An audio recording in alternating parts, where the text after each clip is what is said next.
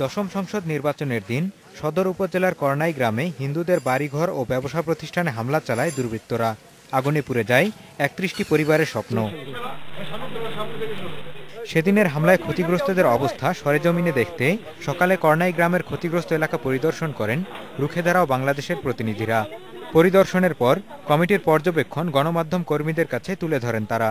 পরিকল্পিতভাবে তারা এই সম্প্রদায়টাকে, হিন্দু সম্প্রদায়ের উপরে একটা ভয়ঙ্কর রকম অত্যাচার করার জন্য সর্বরকম প্রস্তুতি নিয়ে তারা এখানে এসেছিল এবং সেই কাজটা তারা করে গেছে। জাতিগতভাবে নিশ্চিহ্নকরণ করে দেওয়ার যে প্রক্রিয়া, সেটা অবশ্যই এখানটায় অব্যাহত আছে এবং যে কোনো অজুহাতে সেটা করা হচ্ছে।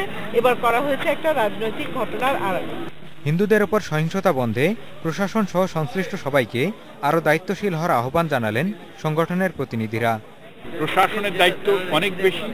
আমরা চাই যে এখানে একটা স্থায়ী এমন ব্যবস্থা করা হোক যেখানে কোনো অবস্থাতেই আর কোনো হামলা এই অঞ্চলে হতে পারবে না। ভয়াবহ পরিস্থিতির উদ্ভব হয়েছিল, এখন কিছুটা শান্ত হলো। এই শান্তি স্থায়ী হবে কিনা এ সম্পর্কে ভুক্তভোগীদের খুব সন্দেহ আছে। এ ধরনের হামলা বন্ধে ও সংখ্যালঘু সম্প্রদায়ের স্থায়ী নিরাপত্তা নিশ্চিত করতে কমিটির পর্যবেক্ষণের সুপারিশ সরকারের উচ্চ পর্যায়ে পেশ করা হবে বলে জানান সংগঠনের প্রতিনিধিরা।